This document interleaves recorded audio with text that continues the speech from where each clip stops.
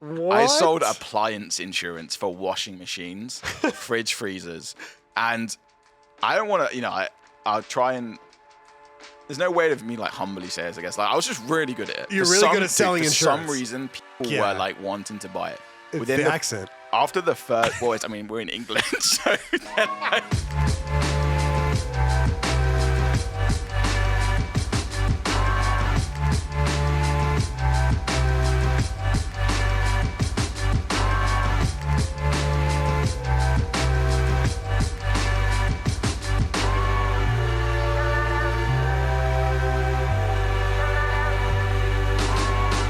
Welcome to another episode of Around the Bar. Today we have got one of my good friends, TruEdits, in the building. If you guys don't know who True is, he is the main editor for OpTic, for Scump, for Team Summertime, myself, and for Boxy Fresh. And he has a bunch of other clients in his repertoire, one of them being Tim the Tap Man in his history. So he has a lot of experience in video editing, a lot of experience in production and video games in general. So this is a really good one for the nerds, really good one. If you guys are enjoying Around the Bar, definitely go check out the Patreon. We have extended cuts, ad-free of every episode over on the Patreon.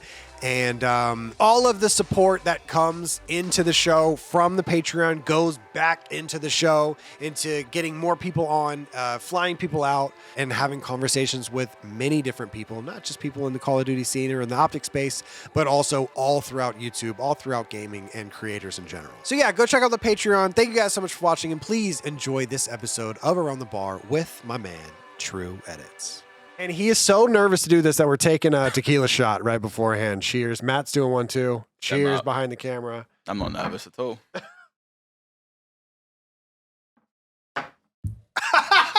Oh, wow. Oh, this is the first episode I've done since when was the Boat Says episode? A month and a half ago? It was DreamHack. It was right? DreamHack. Wow. So a month and a half. I'm honored. Almost 2 months. It's the first episode I've done where somebody's had alcohol. Oh, did they not? No, everybody I've done has been like, no, I don't really drink. Really? We'll do some. We'll have some water. We'll have some Good for them, coffee. Man. Good for them. But I'm here with a real Brit. Absolutely, it's born in our veins. A real Brit.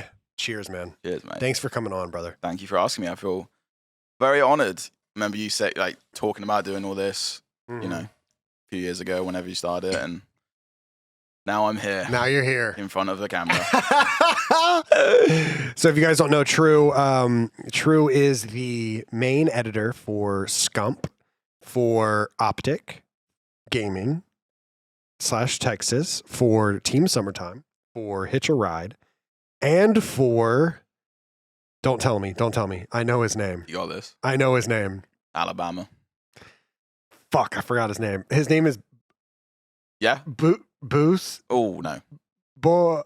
Fuck, he's the number one Sea of Thieves creator on the planet. And his name is? Boxy Fresh. Boxy Fresh. I was about to say Boosty Fresh. It's not Boosty Fresh, it's Boxy Fresh. So True is the man. He is the most hardworking person in editing that I've ever seen. And also ex editor for Tim the Tap Man. We love Tim. Yeah, so how the hell are you doing, man? That's a great question. Because you moved here. Dude. To set the scene, you moved here, got your visa. Yep. Moved here 2 years ago, right before 1 year, last year. 1 year last ago. summer. Sorry, 1 year ago, right before Champs. Yeah, I year? moved. I mean, the whole visa thing is insane in itself, but fast forward to the end, visa gets approved, and I move here on the 16th of July, and then 5 days later we win Champs. Yeah. Which is just crazy. And I'm like, what is this? What is this life I'm now living? 1 week ago, I'm packing up my house, and now I'm living in Frisco, at the time Texas. in Airbnb in Frisco. Yeah. Watching OpTic win Champs. That is insane. So a lot of people talk about how Daltouche, ever since coming on to OpTic, they haven't lost a Champs. But also since you've come on, they haven't lost a Champs. 2-0. I might be an EWC now. And EWC. I might be the good luck charm. Well, they lost EWC last year and you were here. but we don't talk about that. Yeah, and they had a bit of a rough start. Yeah, the first season I was here, so yeah, maybe I'm just a charm. Definitely a bit of a rough start. How often do you drink? That's a question. Probably waves. I just assume when I meet a British person, I just assume they wake up, have a shot of whiskey, and some breakfast, down some Stella. Yeah, Stella for breakfast, lunch, dinner. Put some whiskey in their coffee.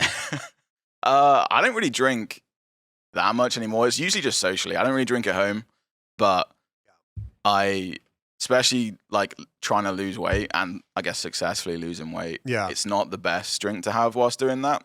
I get that. But yeah, I enjoy a drink with friends. Because when you drink, then you gotta fight that drink with food. The 20 chicken nuggets are just... And it's usually 2 a.m.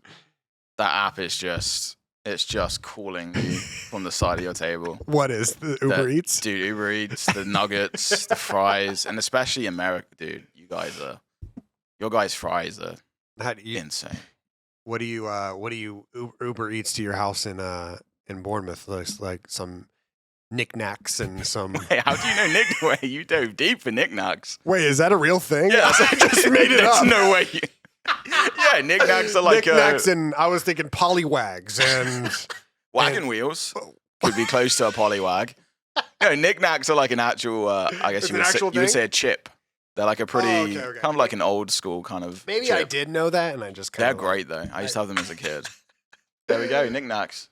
Oh my god, wait, they look like horrible Cheetos. What? Can I say they're better than Cheetos? They're better than that is better than a Cheeto? Dude, you don't understand. Matt, do you think that's better than a Cheeto? Yeah, unlikely. Yeah, there's that no hot way. and spicy version. Yeah, kind of like a hot, dude, like kind of like a hot Cheeto. Good. But there's no cheese, so that's good. There's no cheese? I don't like cheese. That's the problem. Oh yeah, you aren't a cheese guy. I forgot about weird. that. I thought maybe because I'm like an adult now, oh dude, ribbon saucy. Oh, dude. Ribbon saucy. Dude, you get that purple bag. And really? And they used to do the grab bag versions, which are like the bigger ones from the corner store. Okay. Oh man. I didn't even Dude, Monster Munch. Sorry for interrupting you. No, you're good. Dude, wheat crunchies. Dude, I miss England. Also, fun fact about True, he's lost over 100 pounds in the past 3 years. Yeah. That's kind of like a I feel like you're having PTSD right now. I just want them. Give me all of them. That's crazy. But also, yes, congratulations Thanks, on man. what is the final count, or the count as of now? I know you're still going. Yeah. So at my biggest, so I never weigh myself at my biggest. It was probably but too hard to do that mentally. Oh, I thought you meant like the scale was not big enough. No, that's not what I meant. I meant like big. No, I meant like if something is ever going wrong and there's a way to check it, I don't check it. That's fair. You know what I mean? So when I first started to lose weight, I was 353 pounds. A couple of years before that, looking at photos and knowing how much I've lost now, I was probably around 400, I think. Wow. I don't think I would have been much less than that. Just photos and how I felt. Yeah. So right now I sit at just over 270. I thought I was 260. Right.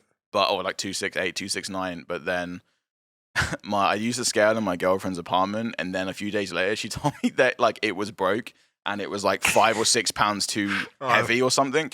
So I wasn't in the 260s. So that was a that's fucked a treat. up. Yeah, Why'd she tell you that? I don't know. She wants me to eat. I don't know. But yeah, so I'm like 273, I think, is what I weighed in. Okay. Before my family came to visit. Wow. And then I didn't weigh 273. So what turned it for you? I owe a lot to. We still talk, but a very good friend of mine, back, like from my my early adulthood. Yeah. To like my mid-20s, called Sam. I woke up one day and I was like gasping for breath. I don't know what it's called. It's like, maybe I don't think it's sleep apnea, but it's where your heart stops beating when you sleep. Maybe it is that. I don't know. But I basically woke up gasping for air because I couldn't breathe.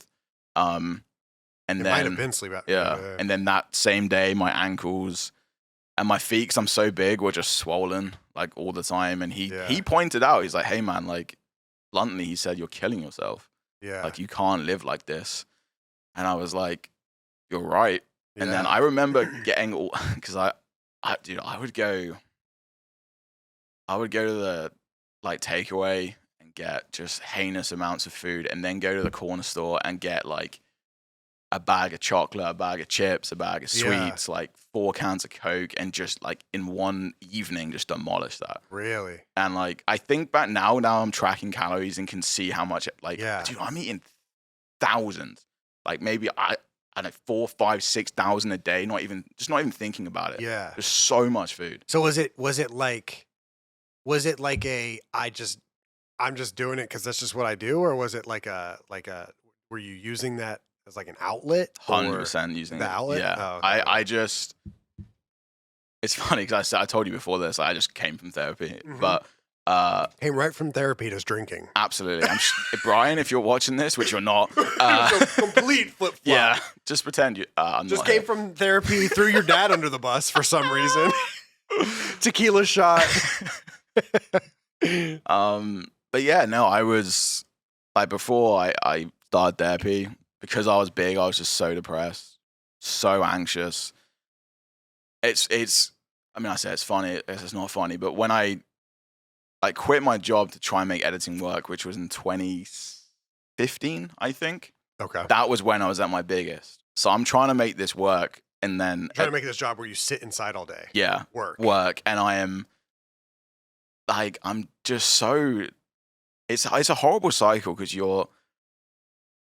I had so much shame, I think, because of how much I weighed, and I just assumed like everyone hated me and everyone would judge me, when I have like the best family I could ever ask for, and such caring friends that love me no matter what. You know, I'm not saying like obviously I was not healthy, but they love me for me regardless of that. Right. And I yeah, it was just a really horrible time. So yeah, I was really like depressed and anxious and super lonely, and I would just eat because it just gave me some kind of relief, some kind of peace, I guess. And I just kept eating and eating, and Yeah. I don't know how much I put on in what period of time, but Was it quick? dude, it was quick. It was quick? Like within a year. Like Really? I was pretty decent, and then just Wow. yeah. That's it was wild. I mean, the human body is crazy. Crazy how that can happen.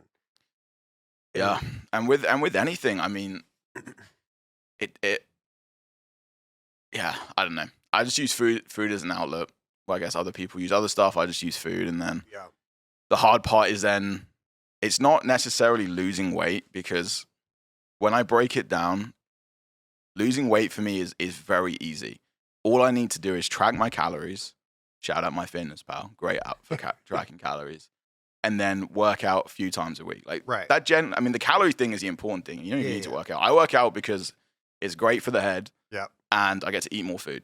So Yeah. like it's great. Yeah. But it's it's like undoing all those, like they call them like neuro pathways. So like, because I was sad, I ate. So eventually, because I ate so much when I was sad, I would get hungry before I realized I was sad, because you create that connection over time. So I have to break down why I am eating so much food. Right. And it's because I'm sad. So then you have to go to the source, which is why you're sad. So I couldn't really effectively lose weight till I started therapy and started understanding why I was so sad, what caused all this stuff. Yeah. And eventually I did. And I went from, I guess, 353 to 290 to 340 to 273, where I'm at now. Oh, so you had like a wave. There was like a dip Yeah. where I just didn't track my calories for a while, but for like a year. I still worked out, which is kind of, I don't really understand it. I mean, I get it with the calories, but I was fitter at 340 than I was at 290, but I just didn't track my calories. So I Yeah. guess I was just putting on a lot of weight. I mean, could it have been muscle too? Because you were. Yeah, that's been the biggest change since moving here that I've seen with my weight loss. Because I was 342 in the summer of 2023, and now I'm 273 3 in the summer of 2025. But the biggest thing I've noticed this year is just like my body composition feels so much better. Like it feels like I have more muscle. I can see it in my face. I have a lot of loose skin, but like I can see that composition. Yeah. We went to the gym once for a video I never did. And it was me, you and James. And you and James were trading weight, which is, if you know James, you know that he lives his whole life in the gym and on Tinder and Grinder. And Hinge. And Hinge, yeah. I think he told me he completed Hinge, which was you 100% did. Never heard someone say that before. But.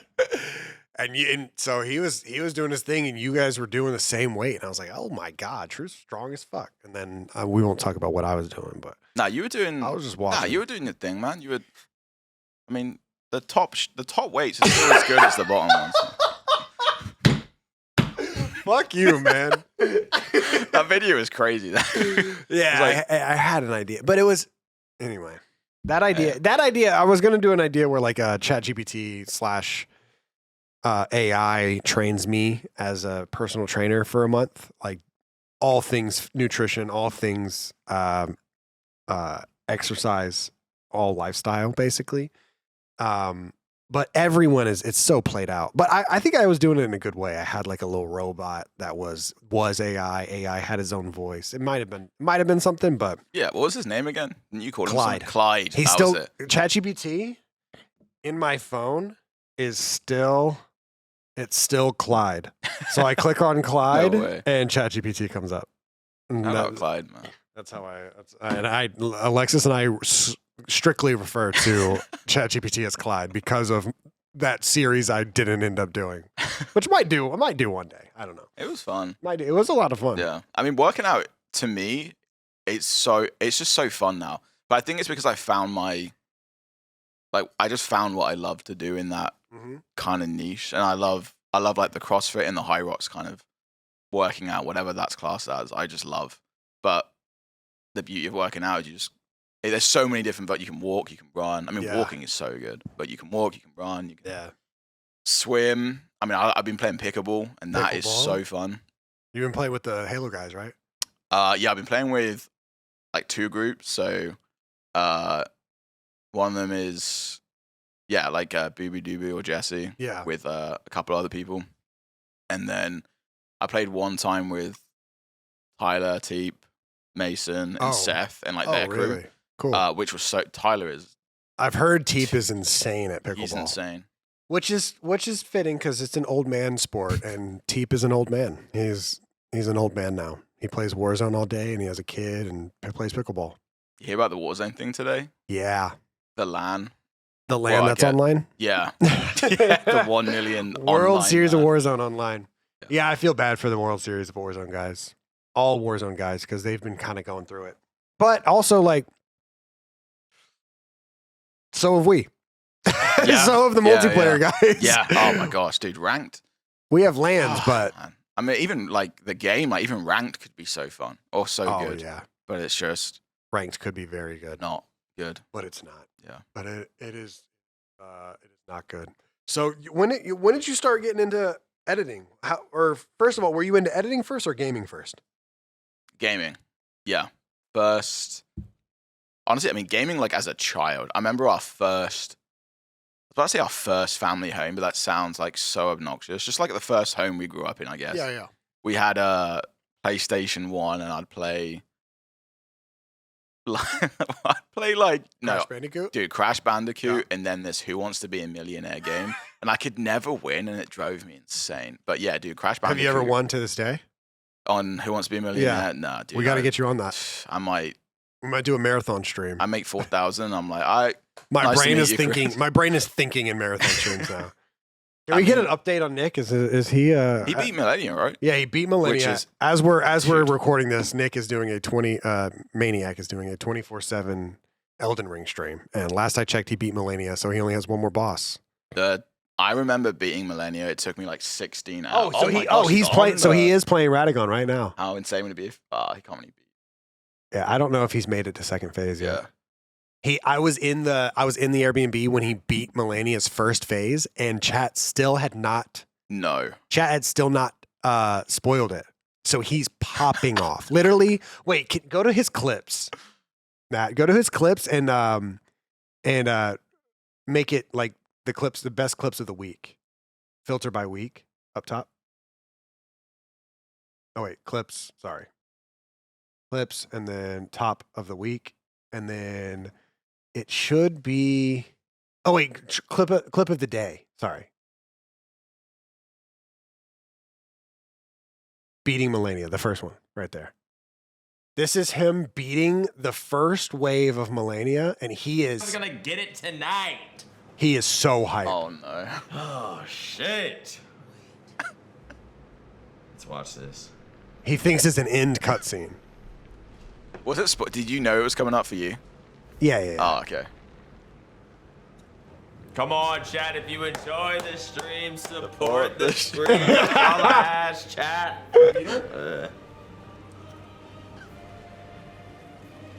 If you enjoy the stream, support the stream. There better not be no phase 2. She literally grows wings. She grows. Hold on.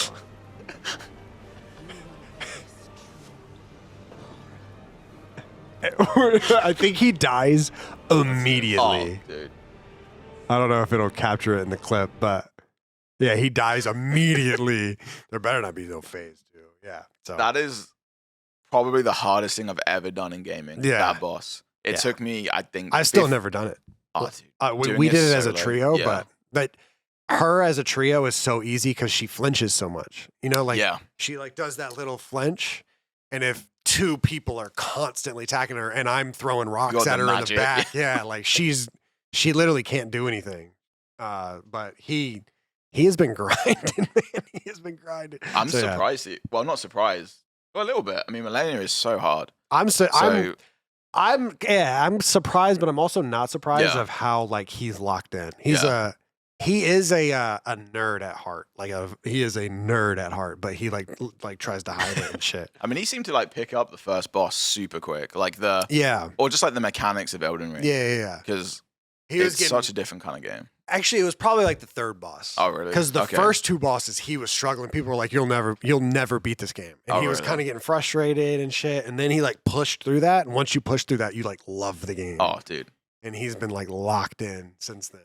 Top 3 game of all time for me. Yeah, 100%. Yeah, it's got to be. I mean, I still haven't beaten it solo, and I need to beat it. I've beaten the first 3 bosses level 1 with a club, Which is just insane. and I loved it Yeah. so much. So I feel like I'm good at it, and I beat it, as a trio. Yeah. But we cheat. I mean, it's so cheese. We cheesed every boss because we're literally staggering them immediately. Especially that last one. Oh, the the Elden phase Beast. 2, yeah. The Elden Beast glitched, and Blake and George are just slashing a Elden Beast that's not moving. I forgot how we got into that. Oh, you were talking about like your childhood. Can you give us an update if he beats it, like while we're talking? Yeah, I can I don't know if you can pull it up and just leave him. Okay. Oh yeah, like gaming first or editing Yeah, first. So, yeah. yeah, it was definitely gaming. Had the PS1, PS2. I went PS1, PS2, Xbox 360, Yeah. Xbox, PS5 or Xbox PS1. One, and then Oh, I took a break from gaming for like 3 years. Oh, okay. But yeah, so I guess honestly the first game I fell in love with truly was COD 4. Modern Warfare, OG. That game I just sunk so many hours into, and then that just started like the COD addiction. Yeah. MW2, MW3, Black Ops 1, Black Ops 2. Yeah. Okay. But during MW3, I started doing, like commentaries, and they're not anywhere anymore. For some reason, I deleted them, and I regret it to this day. Oh, you took them off. You deleted I them. didn't private them. I deleted them, which I really regret because I wish I just kept them private. Because Yeah. It'd be I funny mean, to look dude, back it's on. like what 40. I'm 31, so that's Yeah. like 14, 15 years ago, Yeah. half my life ago. Yeah. But yeah, so I started doing like commentaries in MW3, and I remember I killed an attack helicopter with a throwing knife. What? Yeah, I'm not like I threw a throwing knife and it killed it. Like not killed it, but like it took it down from the sky. And then I uploaded that on YouTube and like it got like 50,000 views. Really? I was like, wait, this is kind of cool. And back then, man, my gamer tag, oh my gosh, it's so embarrassing. So my dad's Irish. Okay. So I don't know why. I'm not. I mean, I'm half Irish. I was born in England. I called myself Irish Boy 121. I don't know why, and that was just my gamer tag. So, yeah, I loved COD. I loved COD, and then like the old school. I don't know old school, but like the racing games, like Need for Speed Most Wanted. Okay. And Midnight Club, LA Dub Edition Remix, and all those games. Okay. Like basically any game you could like free roam. For some reason, my mind loved it. Like you weren't. Yeah. Well, I don't know. I was gonna say like confined. It wasn't campaign. like a linear. Yeah, thing. you could do whatever you wanted, and that's one of the reasons I love Elden Ring, but have no desire to play like Dark Souls 1, 2. Right. Because there's no. A lot of like dark Souls, like enthusiasts say that Elden Ring's too easy. Yeah. But like it's so much better. Dude, the story. I mean, I don't understand it, but it seems really cool. like I haven't played Dark Souls 1 and 2, but I can't wrap my head around the fact that it would be a better game. Because it's any game that's that open world and like has that, like the underground part is so beautiful and all the different bosses, the remembrance bosses you can do. Like he first timed Estelle and I was kind of sad because really? Oh wow. Because I was like, damn, the Estelle fight is so dope. Yeah. Like I like seeing it multiple times and he just one-taked it and I was like, oh shit. The soundtrack to that game is incredible. I think my favorite like soundtrack boss, I think I told you before when we were talking about next stream, is the fucking dude, the stag, the mythical stag. Yeah. That shit is so music dope. is so good. The music is so good. By the time I found that area, I was like way too over leveled and I killed it just way too quick. Yeah. But that's how he was for Estelle. He just got done with some like crazy boss. I forgot who. It was Godfrey. So like the boss right before traveling to Millennia, because he didn't want to do the final boss yet. So he went to go do. I'm sorry if anybody's listening to this and doesn't play Elden Ring. They're probably like, what the fuck? Like, skip. But dude, I mean, again, I'll go back to my childhood.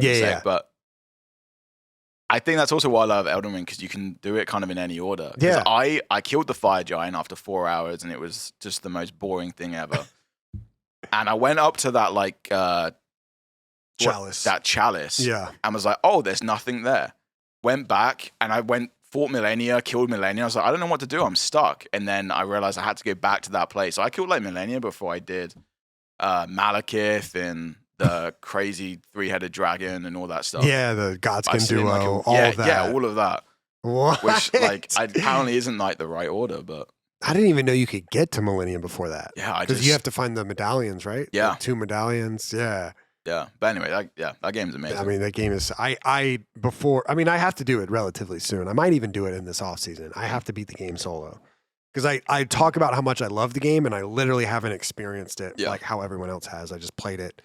What's that mod? I can't remember the name of the mod, but there's a mod where you can play with friends, and so myself, Blake, and George played it.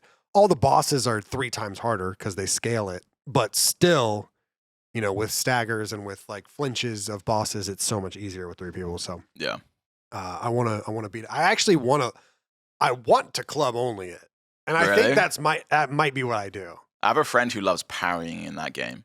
And he tries to parry Millennia and he does it. And I'm like, dude, are you a freak? you have to do it like I think 3 or 4 times before she even staggers. Really? Yeah, and it's Millennia. If you parry a boss, do you get to crit it right after? No, like it depends on the boss. So like Millennia? Yeah, Millennia. Yeah. I think you have to parry her 3 times and then she staggers so you can crit.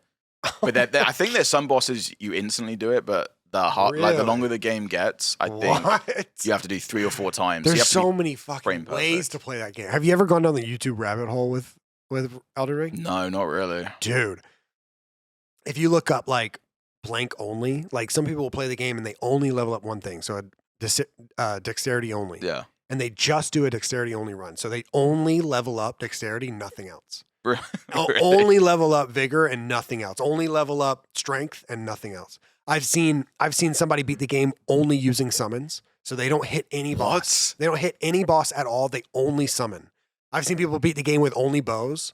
They Dude, only bow's gotta be crazy. It's insane. They literally put rot on the bow and arrows and just bow them and then run around and just wait for the fucking bosses to tick to death. Like, dude, the YouTube scene for Elden Ring is, I think his name is, what is it? Lil Aggie, I think his name is. Can you look up Lil Aggie? That dude. Sounds Scottish. That dude is, there's one of them that I watched a lot of their videos. And there's also a huge modding scene too. Really? Yeah, you can, there's randomizers. So you can go in and all the bosses that are in order are random. Right, okay. I think I might have heard of that. And can't you get like...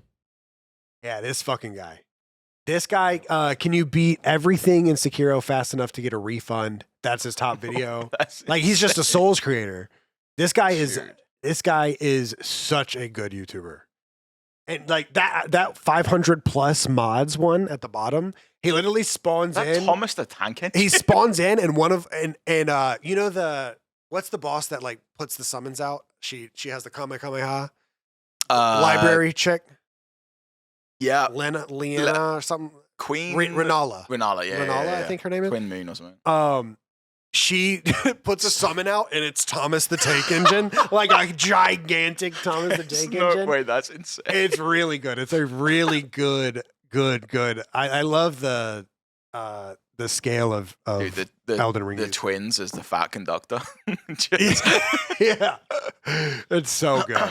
But I saw a randomizer once where he literally gets to Godric, the very first boss, and he spawns in. And he goes, "All right." I think it was a YouTube short. And he was like, all right, I hope it's not a bad boss. Like, let's get a good luck. And he spawns in and it's Consort Radon. Like from the DLC. The DLC final boss is standing there like this and he goes, ah! That's your first boss. It's so fucking good. It is so man. good. Yeah. That's the beautiful thing about, I mean, I know you and I talk about YouTube all the time, but there's the beautiful thing about YouTube is there's a Lil Aggie for every part of YouTube. Yeah.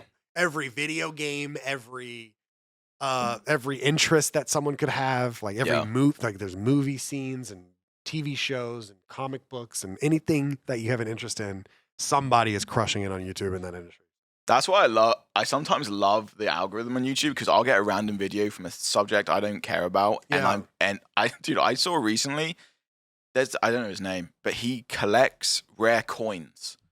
Rare coins. So they order a pack of he's a British guy, like 500 random coins from like the post office. Or something like that. And then it's like a Pokemon card opening. He's like going through like 20 coins at a time and hoping he finds a rare one. And this randomly popped up a few weeks ago. I'm like and I'm watching it like it's 1 a.m.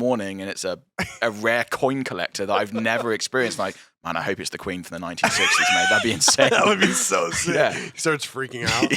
Like Leonhardt. Just, I got the Queen Elizabeth the first. Hey. Okay. Never forget. Cheers. Cheers, Queen. Big L. Oh, not like it wasn't a big L. I meant like big dog, Not but it was Big L. Big L is the worst thing you could have said right there. So okay, so anyway, you get into gaming first, and how do you transition that into editing? Yeah, so I started editing like my own like commentaries that I'm guaranteed were super cringe. I don't know why I'm picking up an ice cube. And I started to really enjoy the editing process. I was using Sony Vegas. Oh, so you first started editing in that? Yeah. Okay. I was using a completely legitimate, fully paid for version of Sony Vegas. Of course. Fully, everyone used a legit version of Sony Vegas. And I just really enjoyed it. It was a fun time. And then I was probably 17, 18-ish at that time.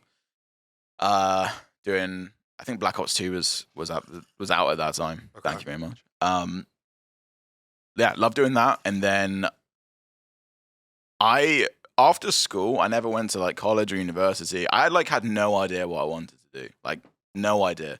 I thought about maybe joining the police because that was something I kind of liked the idea of, but they weren't. You have family in the police, right? Yeah, my sister's a police officer, which is interesting because like she's my little sister, and I'm like, I want to be the big brother, but now she's she's a badass. Like she's an absolute badass. She'll come in.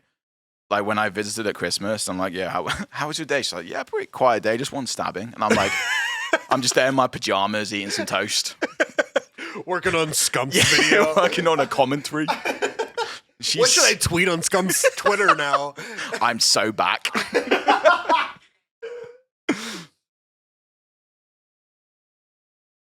Yeah. So I was trying to figure out what to do with my entire life at 18 years old. And long story short, I basically Wait, what was your first job that you quit? To start editing. Oh, well, that comes a few years later. Oh, okay. So, yeah, out of school, I worked for like a department store called Marks and Spencer's, which is like kind of like a Macy's. Okay. And then I worked as a insurance salesman on the phone. What? Dude, so I sold What? I sold appliance insurance for washing machines, fridge freezers, and I don't want to, I'll try and. There's no way of me like humbly say this, I guess. Like I was just really good at it. You're really good at selling insurance. For some reason, people were like wanting to buy it. It's the accent. After the first, well, we're in England, so so within the first full month of me being there, so we had like 4 or 5 teams, and then there was the platinum team, like the best sellers. Right. And I walked in, dude, they looked so cool. They're in their suits. They're on the platinum team. They know their hot shit. And I was like, man, that'd be kind of cool to join that team. Within the first month, I was #1 salesman. The first minus the platinum team. So to get into that team, you had to be the top 2 sellers in the whole company. Okay. And then the bottom 2 sellers on the platinum team got demoted. Oh so my it's literally fucking it's Champions the League. It's the Premier League. Of salesmen. And somehow, in my first full month, I was the #1 seller, got promoted to the platinum team, and then stayed there the whole time. They made like another cool team that I was part of. And for some reason, I was just really good at selling. I don't really know why. I don't know whether I have an empathetic voice, but people really wanted their Hot Point washing machine to have our insurance. Were you making some money doing it? As an 18-year-old, yeah. It was an uncapped commission. Uncapped commission. Yeah, and you got like more points for like an annual as opposed to a monthly policy. And I was coaching people as well. Okay. Dude, I haven't spoke about this in 5th. When in my life did I think I'd be talking about appliance insurance? Probably when you were selling it. Yeah, I was like, I guess I was coaching people. Okay. And yeah, I mean, it was the people there were like awesome. Oh right. my gosh! See, now so many memories are coming back. Now you're reminiscing. I used to like wear a suit there, and you didn't have to wear a suit, but it was like smart, like jeans and a shirt, or like. Yeah, but I wore like a navy blue suit, and I got the nickname in the company, like my team leader. He started calling me Mr. Miami. Mr. Miami, because I was just wearing suits the whole time. I guess thinking I was DiCaprio or something. But yeah, that was really fun. But again, it's insurance. Like there was like something missing. I don't know what it was. So I basically did an internship at a church in London, and during that time, I started working with their media team, and we like shot production, we did video editing, and during that year was where I really kind of fell in love with editing. It was something I kind of took to very naturally.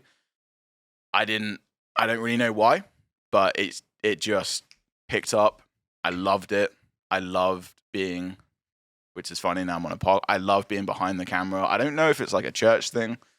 I've been, Christian my whole life. I don't know if it's like a servant-hearted kind of serving. I just love helping people. Like, I don't know. I just love it. And maybe that bleeds into my work ethic, but I'm very similar. Yeah. During that year, fell in love with editing and knew that was what I wanted to do.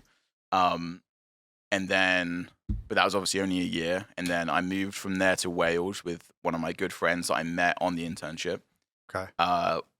And I worked with their church for a little bit. They were like a church and charity. So we were teaching kids in Wales like how to cook. We're doing like cooking classes, teaching them how to play football. It's just such a rewarding job, really. Do you like the Welsh? The Welsh are genuinely some of the nicest people you will ever meet. They are so welcoming. It's like the southern hospitality of like in America, but in Europe. The Welsh and the voice. I think I know 2 people from Welsh. I think Rated. Wait. Yeah, he's Rated's Welsh, Yeah, and yeah. Lottie is Welsh. Lottie's Welsh. I'm almost Really? positive Lottie's Welsh. I Okay. think they're both Welsh. Fair. Yeah. Shout out my Welsh people. Man. Yeah, shout out the I Welsh. lived in Swansea. And yeah, so I did that and then was editing like as a hobby on the side. And I basically did that for like 2 years, editing on the side, anything I could find. I had some contacts from that first internship. Okay. Oh my gosh, I forgot his name, which is awful because he's such a good guy. But he had a production studio in London that, I mean, he worked with like Porsche, Land Rover, Lego, like, so any spare work he would just send to me, which is kind of insane that my spare work is for such incredible, Right. like big companies, which is, you know, a blessing in itself. And then I started working for an airline based in Swansea in sales again because I needed a job, editing on the side. And it was around May 2015. I was like, how old was I then? I was like 22, 23. Or I don't know, something. Some year in my early 20s. I was like, man, like, I really want to make editing work. I don't know if it's going to work, but if there's ever a time in my life, you know, I don't have a girlfriend, I don't have a family, like this is the time to do it. So I called my mum up I called my mum and dad up and I was like, hey, you know, I really want to make this work. I'm looking at quitting my job as a salesman to try and make editing work. And, you know, they were very supportive, but also their parents, they're like, I want to make sure that you're good and you have savings. I was like, yeah, I got savings. I'm all good. Like I got savings. Right. I had no savings, like whatsoever. But yeah, I just walked out. I actually remember telling my boss at the airline, like, hey, you know, I want to give my notice in. And then the same day I was like, can I just leave like today? Yeah. And he was like, maybe, sure. And so I eventually just walked out. I walked out that day. And that was also when I became like my biggest as well, like tying back into that. But yeah, I did freelance stuff, everything I could just find. Somehow got connected with like a production studio in Canada. And that was basically my line of work for the next year. Slight pivot. I moved from Swansea back into Bournemouth, where I'm from, with my dad because our tumble dryer caught fire in our house in Wales. So I didn't have a house. Oh, what? A tumble dryer. Is that just a dryer? Where you put your wet clothes? Yeah. Yeah. So just, okay. You don't call I've it a tumble never dryer? Have you ever heard of tumble dryer, Matt? It's because No. the No. tumbles. It does tumble while it dries. It does. Wait, this isn't a straw, is it? Yeah, it's a straw. I mean, it's usually a mixing straw, but Wow. strong. You want some more? No, I'm good. Coke. Oh, yeah. Not some more I realized like I'm whiskey. No. 0.2% of my journey, and I'm like, okay. But yeah, so I moved back in with my dad, trying to make this whole thing work. But this was all corporate any work I did, nothing to do with gaming. I wasn't gaming at this time when I did the internship at 19. Corporate. Like just corporate editing, like Editing. just not gaming. So like corporate companies. Oh, okay. I did stuff for one thing for Land Rover, Shell, like the garage. That corporate. Yeah, oh, that okay, kind of stuff. Okay, yeah. okay. Super Lawyers, which is like a group of like really good lawyers in America, which coincidentally my attorney who got me here is a super lawyer, which is really cool. But yeah, they kind of just gave me whatever they could, and it was a great starting point. And then obviously I needed my own PC to edit, so I like financed my own PC and then got back into gaming. And that's when I slowly pivoted into gaming stuff. Okay. First person, and I'll say it now because the story's really cool. First person I ever met in game was Mike, or Hypoc. Yeah. OpTic Hypoc. Love that guy to death. Yeah. Super proud. I mean, he's like killing it in Valorant. Yeah. Love that guy. He had a hardship too, and he pushed through it, right? Yeah, no, I think, yeah. He had some rough. He had some health stuff, and But, I think he's pushed through. I mean, he's back now, which is awesome because I really love that guy. He is such a good guy. Yeah. I've never met him in real life though. Really? Yeah. Just what the fuck? path. Yeah. So I hope. I need him to come on this show. Oh my gosh, I'll be right next to Matt. You will be Matt. You'll produce that one. I'll be with that. Yeah. and it was for an Overwatch. It was so Overwatch like released. It was a weekly tournament they did. I think it was like Gosu or something, and they needed an editor. It wasn't paid or anything. It was just like, Yeah. And I was like, sign me up. Okay. So I did that for a while. Got slowly into gaming. Did a few random Overwatch edits for some pros at the time. I think one was Vonethil, who played for Fnatic, and then there was a complexity guy that I forget his name. And I mean, that's just such insane opportunities for someone that's just got into the scene. Got in. Yeah. That's so. What do you? Before we pause, don't forget where you're at. Pause. So whenever you hear people say I that knew you were going to ask that everyone should get paid for what they do in esports, what do you think?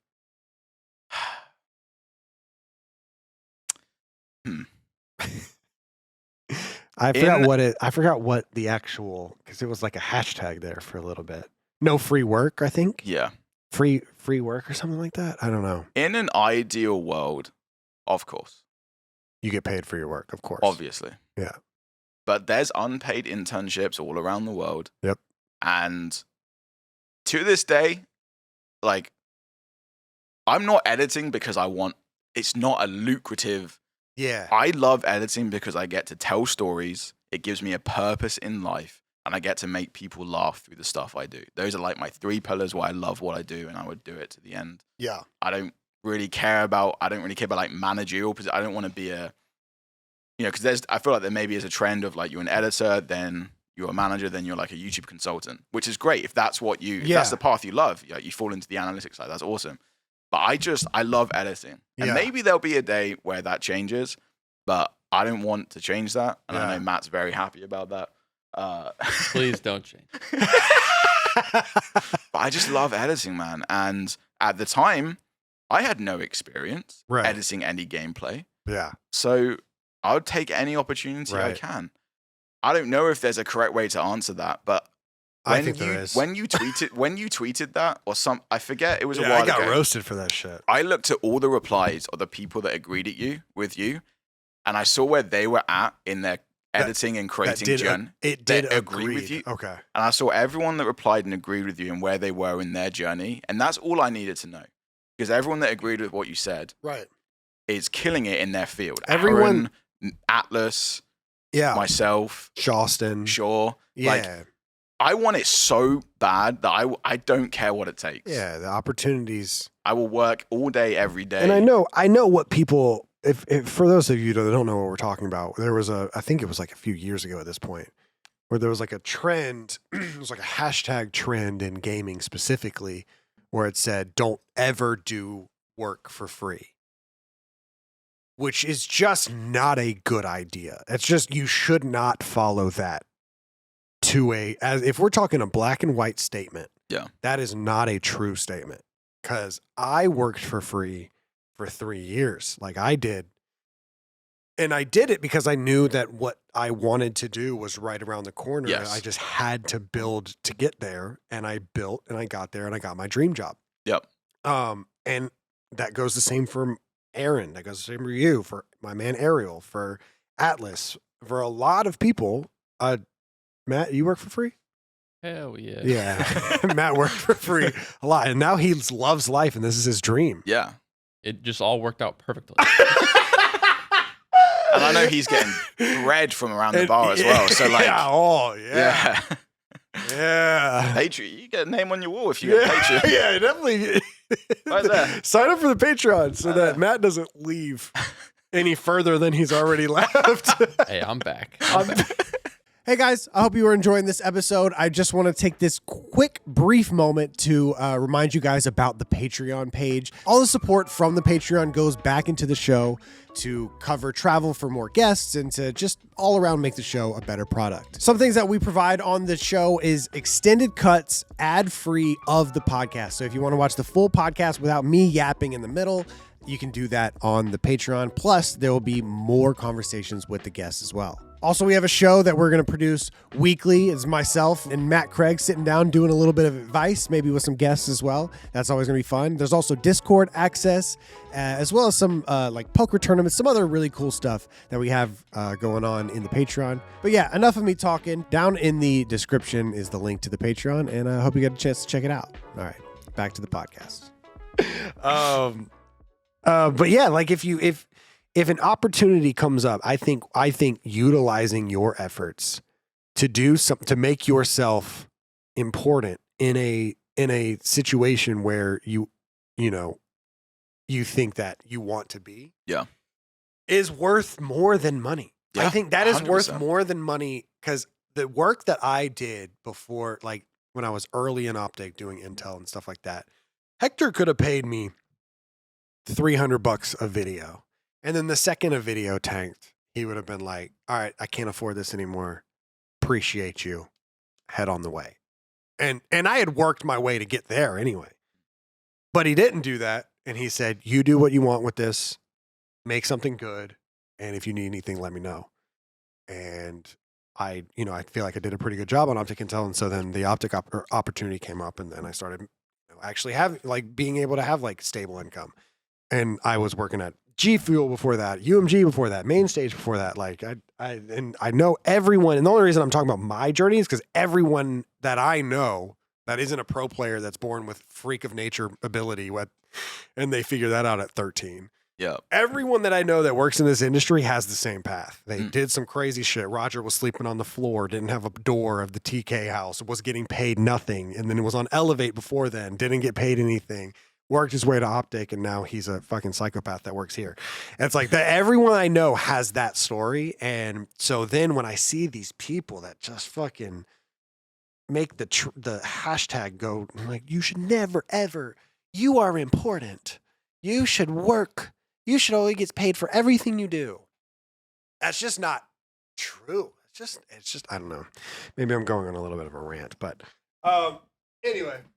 Because I think people that watch this episode, people that watch the Riley episode, people that watch shout out Riley. Riley. That guy is man. I'm so glad we have him. I have him on the watch party. Like, I love that guy. People that watch the Corey Dunn episode, those are mostly people that I feel like, not mostly, but a big chunk of them are people that want to get into esports. Yeah. And you guys are a really good, story to tell that. And so yeah, that anyway, I forgot that was even a thing. Okay, let's unpause. Where were we? I rememred. Where were we, Matt? No. Fuck. No, Overwatch. Overwatch. Yeah, Overwatch. High Park. Love that, man. So yeah, I was doing work for free, just whatever I could. And then I think I'm this is crazy timing, because I remember a few days ago, I just decided to watch my first montage ever, and then watched my most recent, because I was just curious, like, what it was like. And my first montage ever was for Mike. It was like his first PUBG montage, which was so funny. Let's pull it up. Let's not. No, I'm kidding. It's actually crazy to see the difference. I mean, it's good, but like I think I edited Mike's one in 2017, and then I edited Tim's wildcard montage in 2018. And that year difference, it felt it felt like a completely different video. That's the one. OpTic High Park PUBG montage. Yeah. This was you? I remember this coming out. Yeah, it was me. What the fuck? Oh my gosh, look at that After Effects. Yeah. Look at those. Little low pass filter. Wait, this is your first ever montage? Yeah. That's not bad. You haven't gotten any better.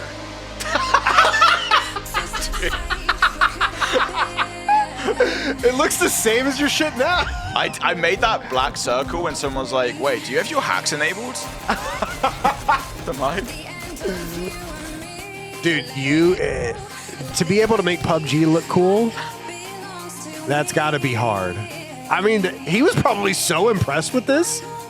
He was probably like, wait, this guy works for free? Or you were on Zygo at this point, right? Oh, wait, this is Zygo. Yeah, it did pop up and say Zygo Media. So this would have been right at the start of Zygo. It's before I moved to Wales to work with him. Oh, okay. I remember being in the. This is again. I've never thought about this in my 15 years. Yeah. Or I guess 10 years. I was in a dental office, like coming back from the dentist whilst this released. I remember texting Mike. But anyway, that was. I'm pretty sure it was my first montage. Or there was the Mike one before. But anyway, that's like at least first or second montage ever. But yeah, I mean. Okay, now let's what was the Tim the Tatman one? That would be like Wildcard Montage 2. Wild Card Montage 2. Yeah. I gotta see this. And then just skip the. I guess type Tim the Tatman.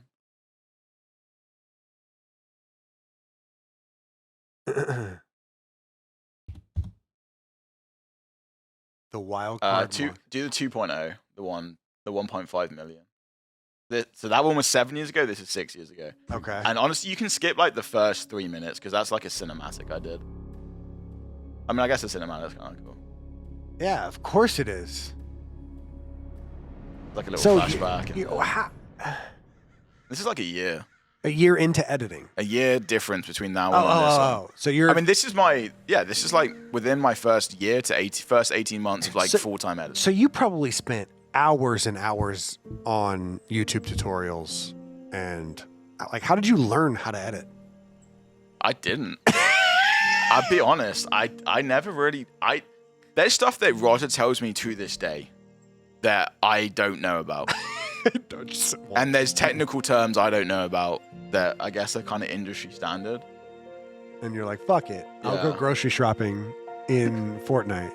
For audio listeners, we're watching the Tim the Tatman season 2 or Wild Card 2. You can probably. I'll honestly skip to like a couple. Didn't you say that this is like a cinematic? Didn't you say this was like one of the first Fortnite cinematics ever?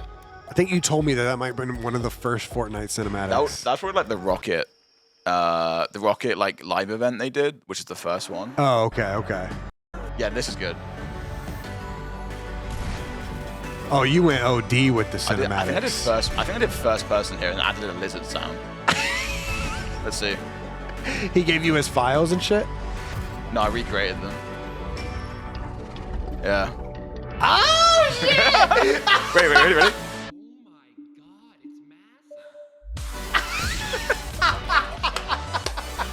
But yeah, like that is fire. Oh man. That's what I'm saying. Like, how do you? So, there's no way you don't. So I learned all my editing from YouTube. Yeah. YouTube. Yeah. And that's same with you, or? Yeah, I you guess. didn't take classes or sign up for online classes or anything? I don't think there's. Maybe now, but back when I started, there was no like university degree for editing. There was like film production, but I don't care about shooting stuff. I just want to edit. So, man, dude, I mean, I still can't believe that. It's just the Tim the Tatman saga. And if you had stayed, like, you'd have way more money now. That's insane. That's crazy. Remember you saying, "I'm so glad I stole your boyfriend." Wait, what? No, like I think you told me, or you messaged me like, "I'm so glad I made you my boyfriend" to me when I started working. I was like, yeah, he chose me over Tim the Tatman. Everybody best get it together. Then Seth calls you, and I'm like, fuck. I'll see you. I'll see you, man.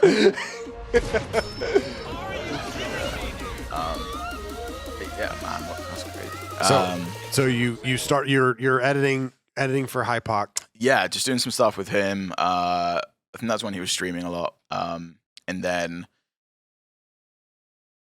Zygo Media got floated. So like someone that was in the Overwatch scene called Gareth, who runs Zygo Media, basically hit me up and was like, "Hey, we're making a production thing. Want you involved?" And I was like, "Absolutely, I'm down to start this thing. This sounds awesome." I needed to move to Wales, which is funny. I moved back to the place that I left my old like random sales job. It was the same city, which is just so weird. What? Yeah. So actually a really cool story before that. So I was trying to, I'm still not earning much money. Yeah. Wales isn't that expensive to live in, thankfully, but I still didn't have enough money. And I remember vividly one day I was at my mum's house, and my grandparents turned up. It was just me there. My grandparents turned up. I was like, "Oh, this is a great surprise. I love Alan and Kathleen. Love them to death. They are my idols in this world. And they're like, how's editing going? How's this? I was like, yeah, it's going to go. I've got this cool opportunity. I really want to take it, hopefully, but I need to make sure I can get enough work to be able to support that. And they were like, yeah, we kind of assume so. So we want to be able to pay your rent for the next few months.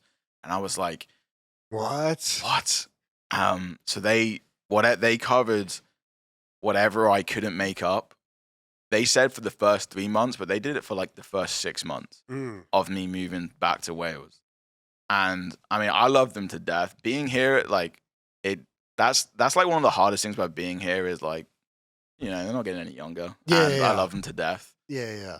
But yeah, so I would not be here editing if it wasn't for my grandparents believing in me that I can make this work. For those first 6 months. Yeah, and investing in me to be able to make this work. Yeah. That's dope. Which is incredible. And I love them to death. And I'm sorry if you hear me swear, Grandma. They were like missionaries and everything. Like, Yeah. I think in my eyes, I don't swear in front of my grandma. Yeah, I remember I used to think that about my mom. And then I started doing YouTube and we don't talk about it when I go home. We just pretend don't. like no. We just pretend. Wait, yeah, She said every once in a while she said, "Yeah, I tuned into the TST stream and I had to turn it off because it was a little rowdy." And I was like, "Sorry." Yeah, the stuff you guys say, yeah, It's them. I can't get them under control. Yeah, Blake and George. Yeah. just definitely them.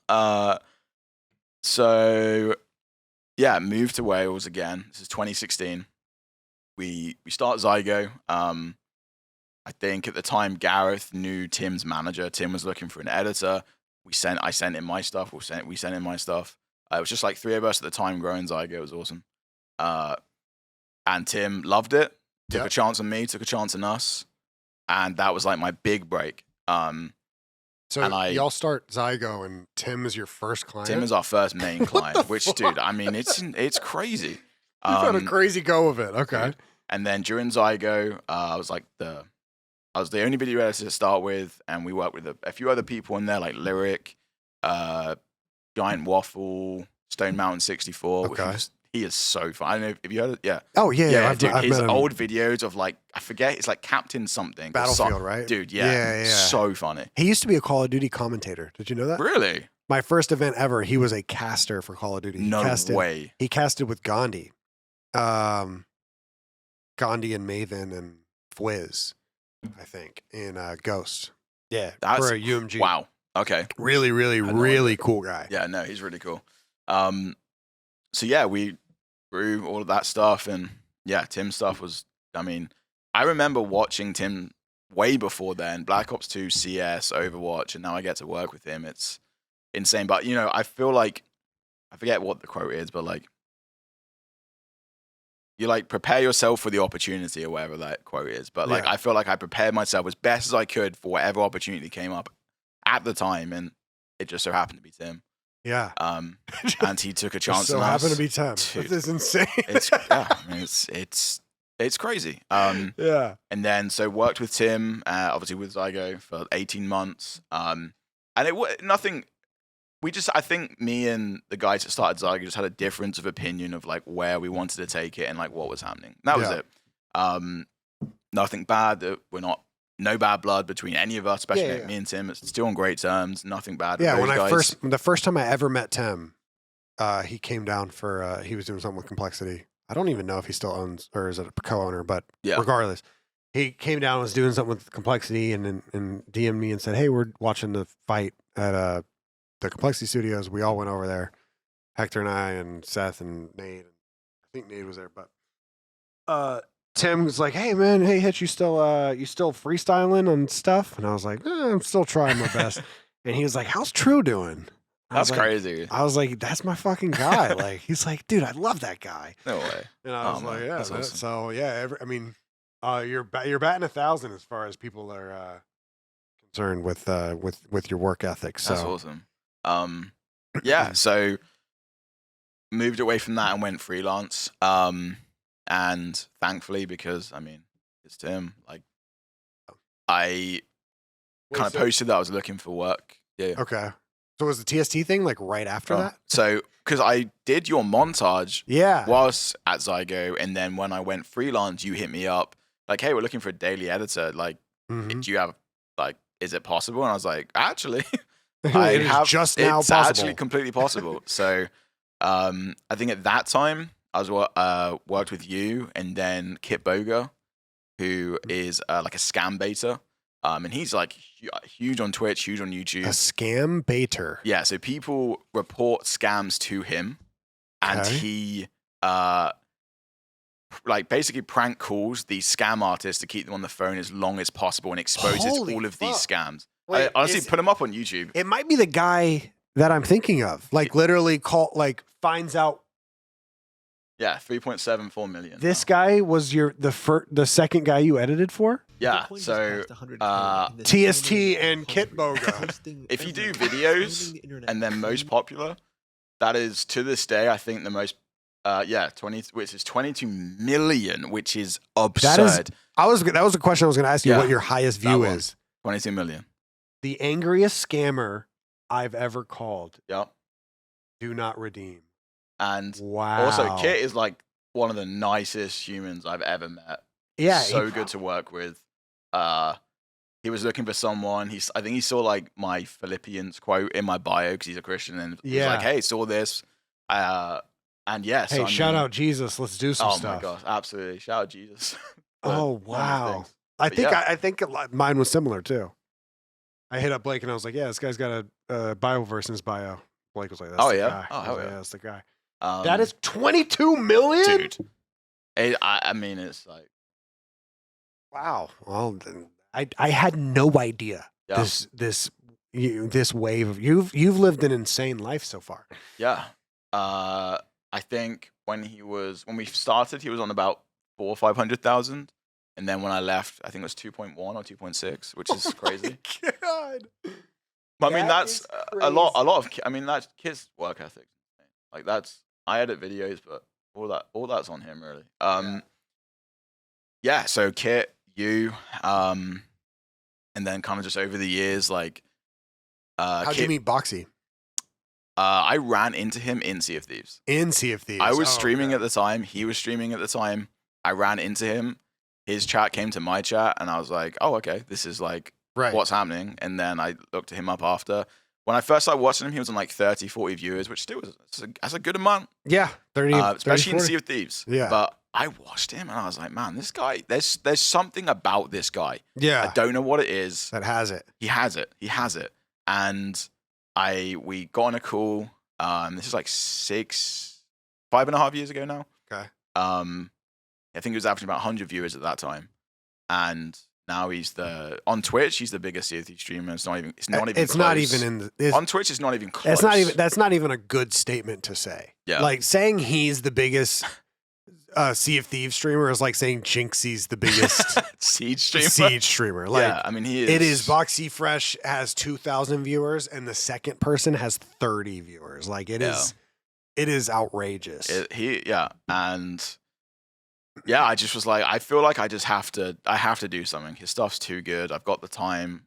Let's do Love the this. game. I love the game. Yeah. And yeah, that's kind of how I started working with him. And then yeah, from like TST, obviously then I met, like, I think Matt was the first person within OpTic I met. Yeah. And then met like Raj, and then got handed some videos. Yeah, because I do this really obnoxious thing where I brag to people about people that I've found that have good work ethic. And I brag to people that also are looking for people. And I did it twice. I did it to Roger. I was like, dude, this guy, I'm telling you, bro, he edits daily for TST, 3 POVs. We're playing Modern Warfare 19. He's insane. And then Roger was like, well, I think I'll use him then. And then you start doing stuff with OpTic, and then I'm telling Seth, I'm like, bro, I'm telling you, like, this guy that works for OpTic and us, like, he is crushing it. And Seth was like, well, maybe I'll talk to him. And that's where we ended up. Yeah, I mean, dude, when I think about, I don't know, my life in general, it's, I don't know, it doesn't feel real. And I don't think grateful even comes close to describing it. Yeah. I feel so lucky and so blessed that I grew up watching COD, watching Seth, watching OpTic, watching you. I remember the first thing I said was like, "Hey, I really appreciate you giving me." We're on a call. I was like, "Thank you so much for giving me this opportunity to do this montage for you. Like, I feel super grateful for it." I don't remember that at all. We were on a call, like a voice call? We were on a voice I don't call, remember that at all.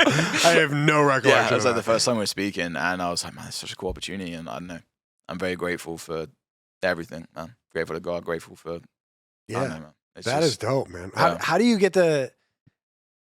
Okay, first of all, did I bridge you with OpTic? I can't remember how that happened. Did I bridge you to Raj and I was like, "Hey, Raj needs help on a video. Maybe you could do it." Not like to me. You might have done it here. Oh, it was. Oh, wait, it was just Matt and Josefo at the time. So I think I bridged you. Oh yeah, Roger was 100 Thieves. I think I bridged you to Josefo, and then you and Josefo worked together. Yeah, we From did. what I remember. Yeah, Josefo was running a little bit of a scam there for a little bit. Josefo was like, "Yeah, I edited 7 videos last night." And then we find out years later that's true. Oh yeah. But yeah, so then you kind of are freelance with OpTic after that, like when Raj comes back and stuff. Yeah, I think the first time I came here was just after COVID. I don't know what year, 2021? I don't know, whatever year. I think 2021 in like November time. And I'm just coming to see like the TST guys, like Marsh, Atlas, Court, Tig, Christy, who's Marsh's wife. Dude, Teeds. Oh my gosh, I love those guys so much. So I came there to visit them and then obviously to see you guys and be here. And I remember like the first day that I see you, I'm like, yeah, what's up, man? And then you take me to Hex Quarters, I tour this. Then we go back to like Paige's apartment and everyone's there and it's just this surreal experience. And then I think it was when we were still I think the merge had happened, maybe. I think it was that weird time. There was a content day with everyone downtown. So I went there just to observe and see everything. I was like, this is so cool. And then Roger offered to take me back to the airport and we had like a chat. He was like, I can't promise anything, but would you be willing? Like, would you, if the opportunity came up to edit for us? And I was like, absolutely, like 100%. Right. And that was December.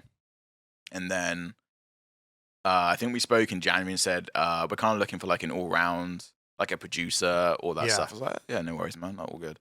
And then you messaged me in May. I think it was May 22nd. Actually, no, that's when I joined. It was like sometime early May. And you were like, we got the green light. And I was like, oh, do you mean the green light? And I was like, my heart's beating. I'm like, we got you editing for OpTic. Let's get you here. And I ran, called my mom, started crying to her. I was like, oh my, like this is happening. I gotta stop doing that. And then I really gotta stop fucking doing that. I've done that. It's a great story for you. It's a bad story for a couple other people. Oh no, guys, we got it here. It's happening. And then couldn't move for 2 years, and but no, yeah. So that was really cool. I think I started working officially with you guys in May 2022. Yeah, it was a tough fucking journey to get you here, dude. There have been two times we've tried to get the visa to work, and for whatever reasons, it's no one's fault. It's just it's very difficult to get a visa when to work here, and I mean it makes sense. I mean, you know, but first time got really close. I was here when we were having like the talks. Yeah, it fell through for whatever reason, and then I waited pretty much a year, and then I started working with Seth. Right, and then we realized. This is a great, you know, now you have Seth to back up the OpTic, that like application. And then for whatever reason it fell through. All good. And I remember getting the news and I was like, all right, well, this is it. Like I have to do this myself. It got to a point, it was 2023. I'd been doing editing freelance for like 5-6 years.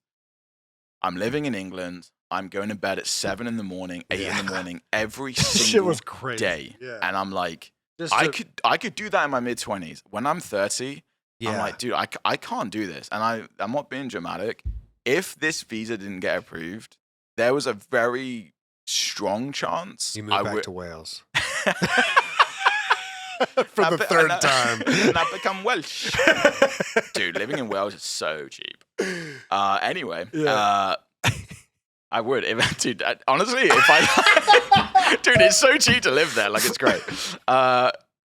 Anyway, I was like, I was genuinely considering, like, switching careers because I couldn't do it, man. It was, like, the sleep is so... and it's not just the sleep. It's that I really had no life outside of what I do because I'm waking up at 4 or 5 in the morning. Like, if you start streaming at 7 p.m., pretty common time, that's 1 a.m. for me in England. So, and I have to be there. If Seth starts or whatever, if OpTic need a video, if, you know, like if Matt messaged me at 4 p.m. today, that's all good. Like, that's great. If Matt messaged me at 4 p.m. in England, that's 10 p.m. And it's just the time zone is so hard. And I was just getting so, it was just tough, you know, living that kind of life. And I was like, if this doesn't actually go through by myself, then I might have to have a serious talk about what I do with my life. Yeah. Thankfully it didn't. Thank you, God.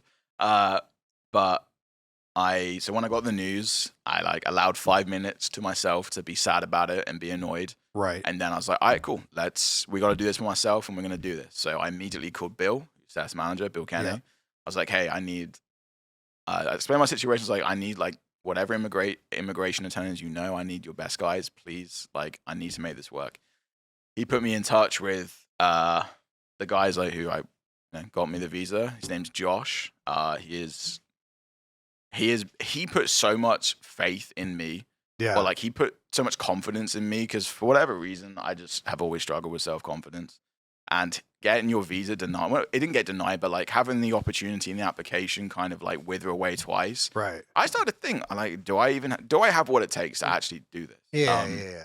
But we had a cool consultation. He was like, we had like the O1 specialist, which is the visa I'm on, him. He was like, no, you definitely, you have a really strong case. Like, we're taking this.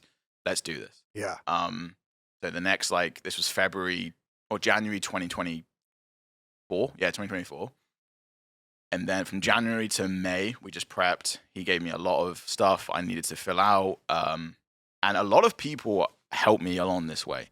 So obviously you helped me, Roger helped me, OpTic helped me. But then Tim, Zygo. Really? Jack Courage, Yeah. Swapper, Jack Zen, who is Cypher's editor and manager. Okay. Bill Kenny, Joe Woe even filled out something for me. So I needed like people in the space that knew me to kind of vouch for me, which sounds insane, but like it's what it is. So yeah, we kind of got all that, submitted it to immigration, and that 2-week period, dude, I mean, I can't. It's like your future is on the line. I couldn't sleep. It's so nerve-wracking. And it's, I think, 5 in the morning. I get an email. I see the header from my attorneys, and it says, Ryan, comma, and I'm like, there's no way you're blue. Like, I have to click this. I click it, and it says, Ryan, we're pleased to announce that your petition has gone through. Dude, I got on the floor. I started crying. I'm like, this is now my future's here. I called my mom. It's 5 in the morning. I'm like, Mom, I'm so sorry, but I need to tell you this. Yeah. I mean, my mom's like my rock. I love her to death. Yeah. And then after I spoke to my mom, I looked in like the Discord that Matt and the OpTic boys use. I see Matt and Rog there. And I'm like, I gotta tell him. So I jump in Discord, tell Matt and Rog, hey. Like in voice call? Yeah. I'm like, hey, they're just chilling there. I'm like, hey, boys, I'm coming to Frisco. And they were. Imagine they were having a heart-to-heart. Oh, dude, imagine. So there was Raj going through a breakup or something. Yeah. Raj is crying. You just hop in. Hey, guys. Hey, guys. This is the best day of my life. Yeah. So, and honestly, the visa story is actually kind of crazy in itself. So, we have to wait to get whatever it is back from immigration. When you get that back, you can schedule an appointment at the embassy. So with my visa, it's called an O1. It basically, and I hate saying it, you just have to be very, like, the top whatever % of what you do. You have to be good at your job. Which makes sense. And I know there was a reason for that. Like, forgot what I was going to say. And that's what you were going for. Yeah, that's what we were going for. And with that visa, you have... with that visa, you have to get it approved by immigration, and then approved by the embassy, because it's like 2 different departments, Department of State and Department of whatever. Right. So they approve it from immigration, and my attorneys are like, cool, so we can schedule an appointment for the embassy. Just a heads up, probably looking at a 2 to 3 month wait. That's just how long it is. It might even be longer, because, you know, a lot of people. Yeah. And I'm like, oh man, that sucks. I really wanted to make champs because this is May. I was like, I was really hoping I could make it. Oh no, it's like early June. They get back to me. When Wednesday, it gets like sent to them so we can make an appointment. Right. Hey, we're not sure why, but there's an appointment on Friday, which is 2 days away. What the fuck? To this day, my attorney's like, I don't know. We've never seen that. Really? Like, I don't know if that's a sign from the big man. I don't know. But, It's dude, gotta be. 2 days. It's gotta be. And I'm like, get it, take it, please. Yeah. So it's 9:30. I'm on a nocturnal schedule, so I don't sleep. I just stay up all night. You probably have some adrenaline Yeah, going. take a car to London, queue up, do that thing. It was a breeze. And gets accepted. And you were here by champs. And in 10 days, I moved out of my house, sold everything, did everything I did with my house, parents, leaving due, and flew. 5 days later, we went champs. What the fuck? That is an insane month. That's the craziest month. Yeah. That is a crazy, because you had prepped for 2 years to get here. You get accepted on a Monday. We win champs the next Friday, and you're here. And I'm here. It's just that is insane, bro. Well, cheers to that, man. Cheers, man. Cheers to that. And green fucking wall, I guess. Mm-hmm.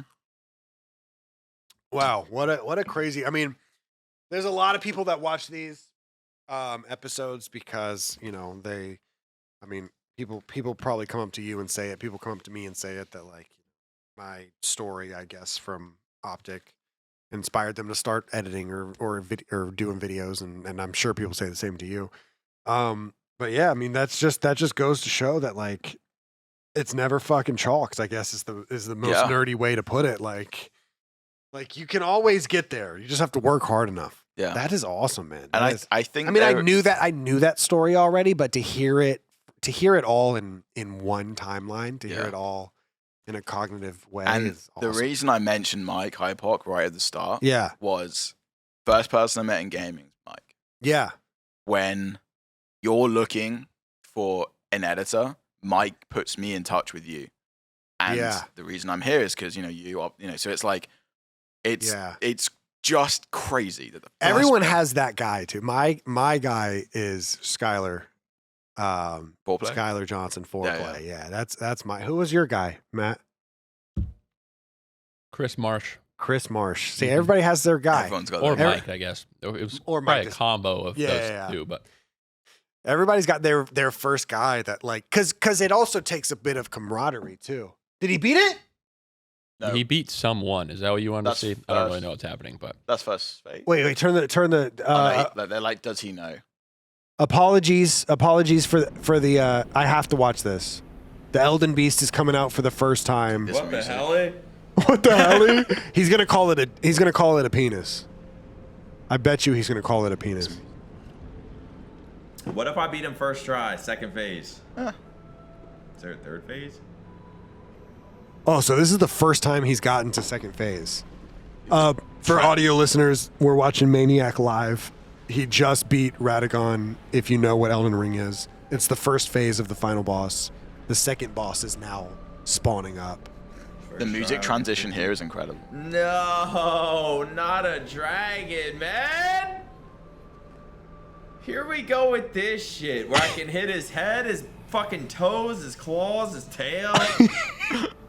Oh, man. Okay, so, wow. Dude. You love this game. Dude, I love music, man. I think it's like a super tangent. But so one of the questions sometimes I get asked, actually. I mean, he's about to get murked. Yeah. We have to. He's about to get absolutely slammed. And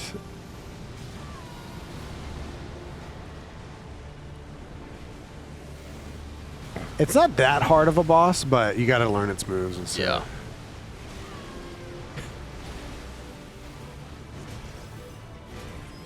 mean, he's doing good. Yeah, he's doing good. He is really over leveled. We might have to end up cutting this part, but we gotta watch it. We have to watch it. Yeah, the delayed one here. Oh no. Oh, wait, hold on. mean, he's kind of cooking. You better heal. I wonder if he's gonna blood flame again. Wait, oh, it doesn't matter. There's no bleed on this guy, right? I don't think so. I don't think he's affected by anything besides hero. What is it? Holy. Holy. I think he's affected by holy, and that's it. Off the top of my head. Oh, way too early, Nick. All right, I gotta get close to him. Yeah, you do.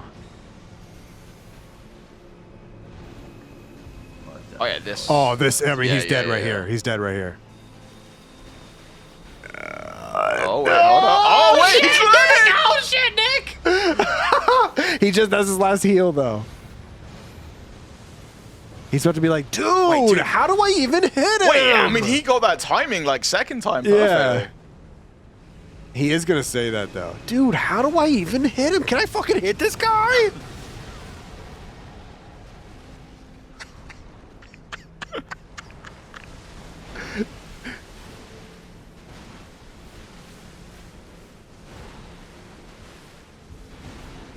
I mean, he's... Wait. Oh, there he goes. There we go. I didn't even know that was a move. I genuinely don't know if I died ever once like to that. I don't even know what that move is. There he goes. I've never seen that move. Ever.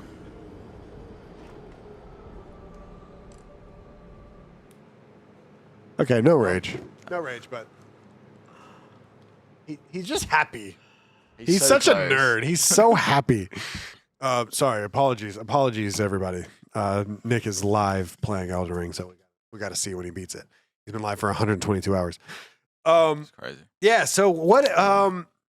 When it comes to editing, what is your favorite video that you've ever worked on? Oh wow.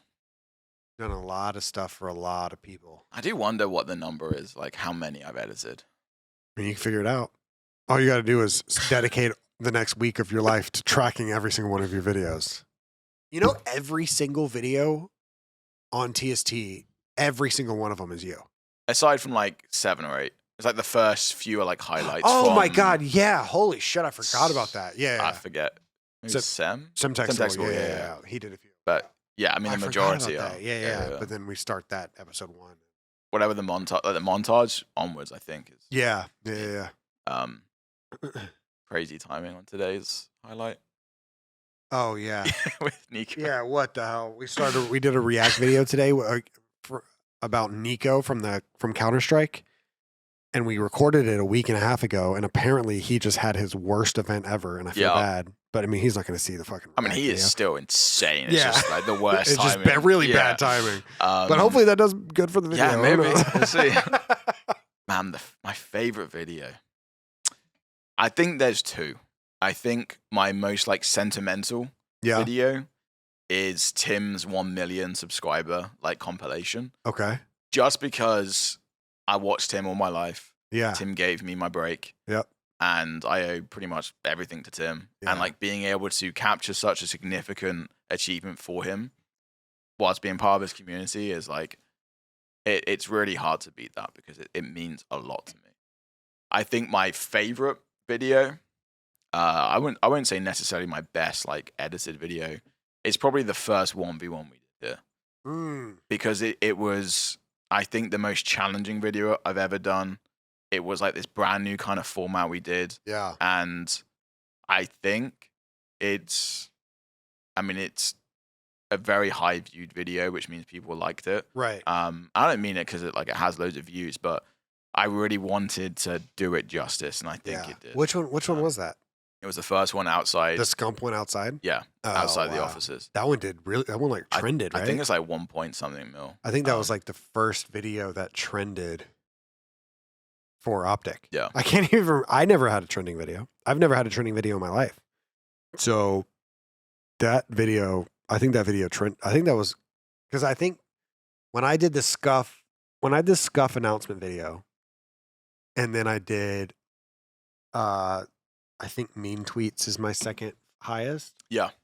Like trending wasn't a thing yet. So That's a good point. even actually, if yeah. even if there was trending, who knows if it would have hit, but Yeah. it might have hit on gaming trending or whatever. But like Yeah.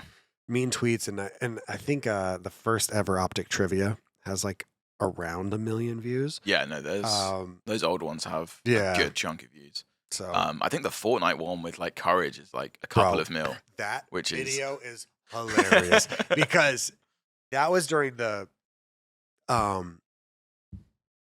okay, so yeah, so 1.2. 1 point. Oh my god, you're gonna pass me. No, we're good. Wait, what the fuck? Stop watching. Wait, I didn't realize it was that. The gun. Wow. You're gonna pass the gun sounds for sure. For sure. You're probably already almost there. You're gonna pass me in the OpTic's Scuff house walkthrough. You think? Yeah, it might hit that. Anyway, yeah, it was such a unique video. Yeah, And I don't know. It began like this series. I love the 1v1 videos yeah, just because they're like so fun to edit because they're really good when I get to capture like moments and stories. Because like I mentioned before, like one of the reasons I love editing is one, I love to make people laugh, which has been something I've wanted to do like all my life. But I'm not a comedian. I don't know how to turn that into something. But I get to edit for funny people. Like you guys make people laugh. Seth makes people laugh.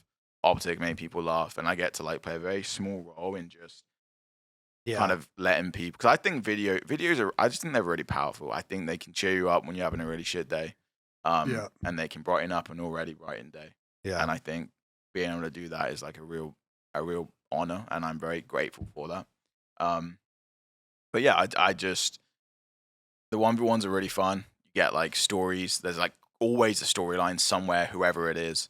Yeah, it kind of kicks off that series that we've kind of rolled with over the last year or so. Yeah, we've gone with it. There's been some really cool ones. The Miami one is really cool with the kid at the end. Jace, Yeah. I think his name is. Yeah. That was really cool. And it's cool seeing like the players step into that kind of creative like story mode. Like when Jace is there, like you see Ant just, it's his assignment kind of thing. Yeah. It's cool just seeing them kind of thrive in that. Yeah. That is dope. That console, I can't get it out of my mind. That console Fortnite video. That video was during the Infinite issues. Yeah. So obviously it was very, very hostile between the corporate side of Infinite and the creators. Jack was caught in the middle of it because Jack had signed. Jack was the first creator signed whenever Infinite went corporate. And he loved OpTic, but corporate hated seemingly all the creators. And I remember telling the production team, it might have even been Raj. I think it might have been Raj. Like No Scope Media? Yeah, No Scope Media at the time. And I told Roger and No Scope Joe at the time. And I said, hey, you guys should do this video because like Fortnite is obviously exploding and people laugh at console Fortnite. You guys should do this video where like Nick and Courage play console Fortnite and just upload it. Just have them play for 2 hours and upload it. And they uploaded it. And obviously, I mean, it just fucking crushes, I gave a quick idea. I've had plenty of ideas that are fucking horrendous. But that one just so happened to hit at the right time. Jack is blowing up. He's playing with Ninja. He happens to play with Maniac. And so they uploaded it pops. And I remember Joe coming up to me. It's like I was very upset at the time. And I was also like arrogant because like I'm like, dude, I did this myself for 4 years and now like this whole corporate side is doing it. And Joe came up to me and said, yeah, the top guy, the CEO at the time, came up to me and said, great job on that video. I told you we didn't need the old production team to do what you guys are doing. You guys are doing better than they did. And Joe said I was awkward because I had to tell him that it was your idea. No way. And I had the biggest heart on. I'm just like, yes, keep talking to me. This is the best shit I've ever heard. And he could have been fucking lying to me. Who knows? But I will take that. Dude, whenever I see that thumbnail come out every once in a while, I'm like, you actually did something for Infinite, right? Yeah, No Scope. Like the Houston Outlaws. The Houston Outlaws. Yeah, I did like a lot of their. I forget who I spoke to. It might have been. Was it Reed? Might have been Reed to start. Yeah, it was Reed to start with. Yeah. Yeah, had to they were looking for like someone to do like a weekly highlights of the Houston Outlaws like series. Yeah. And that was actually really fun. I did like they had I guess like a separate Overwatch client with all the replays in.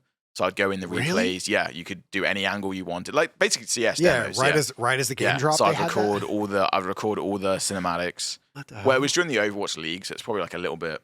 Okay. They had like an Overwatch League client, I believe. But yeah, I used to do like the weekly highlights for them, and that's how. Okay. And I don't think I even told you that till like a couple of years ago, No, or you maybe didn't. a year ago. Did you edit like the off-brand Hot Ones series? No, it was Oh. just Houston Oh, Outlaws. that's what I'm saying. It was a Houston Outlaws that did it. It was just Houston Outlaws, Well, like the weekly, Weekly edits. whatever their Okay. game was. I did that, but yeah. Is it crazy that now Reed is managing Kai Cenat? Is he actually? Oh wow, Kai Cenat is under Night Media. that's wow. Okay, He's not with Mr. Beast anymore because I think Mr. Beast does all internal now. So Mr. Beast isn't signed with Night Media anymore, but I mean Night still has Kai, the Preston as well. Preston Kai, Place. Preston, Ryan Trahan, Dude. Cypher, some other people too. It's like literally I've want to talk to Reed as well one of these days. Yeah. He's such a. I mean, I feel bad because he was technically my boss at Infinite, and so I put a lot of anger into him, but it wasn't his fault at all. Yeah. And I was like, this guy doesn't even know what he's doing, and then he goes and manages Mr. Fucking Beast. Like you make a lot of I was very sassy whenever the Infinite time. And it clouded my judgment I have heavy. no idea what you're This doing. guy has no idea what he's Cenat. doing. He's managing guys. Oh my god. Want some more drink? Chilling. You're chilling on drinks? Oh yeah. No. All right. What have you been watching on YouTube lately?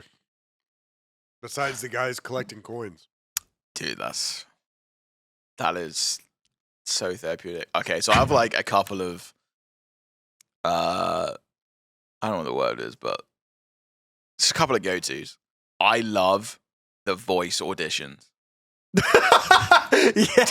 Dude, I love it. They're so good. You Like give the golden buzzer. Dude, give me a golden buzzer on BGT or AGT. Oh yeah. The voice auditions. Shout out Australia, by the way.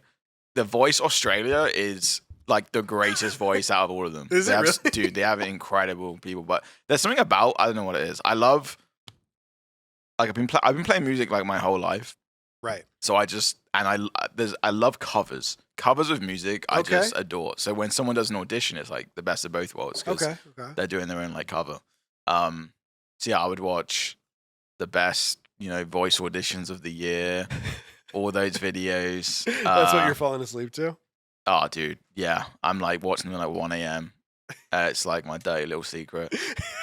It's like, one more golden buzzer. One more golden Come on. buzzer. What does Simon Cowell say? And then I also I also love food challenges Okay. because Just reminiscing. just relapse. I don't know where this family size pizza came from.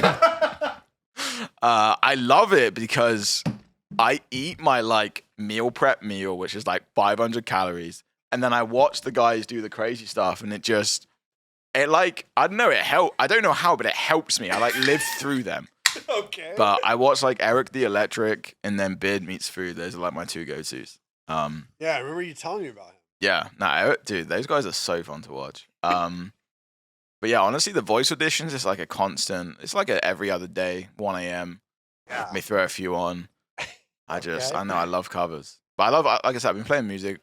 I played, my mom's like a very musical person. She plays piano and trumpet.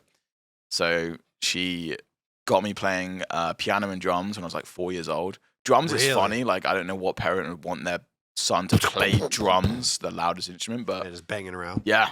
So I've been playing drums for most of my life. And then when I was a little older, I played guitar, bass. My grandma says I can sing, so that's nice of her. I've only ever heard you sing when you're like absolutely wasted. 9 drinks deep playing Sea of Thieves. Those were some days. You would like host You're doing me this. after You're TST. doing the sea shanties. That's the only time I've ever heard you say. Oh, it's a pirate's life for me. That's how we'll have to get. Yeah. Matt's like a couple drinks. He wants to do like 4 more drinks or something. That's what Matt was saying earlier. Yeah, run that shit.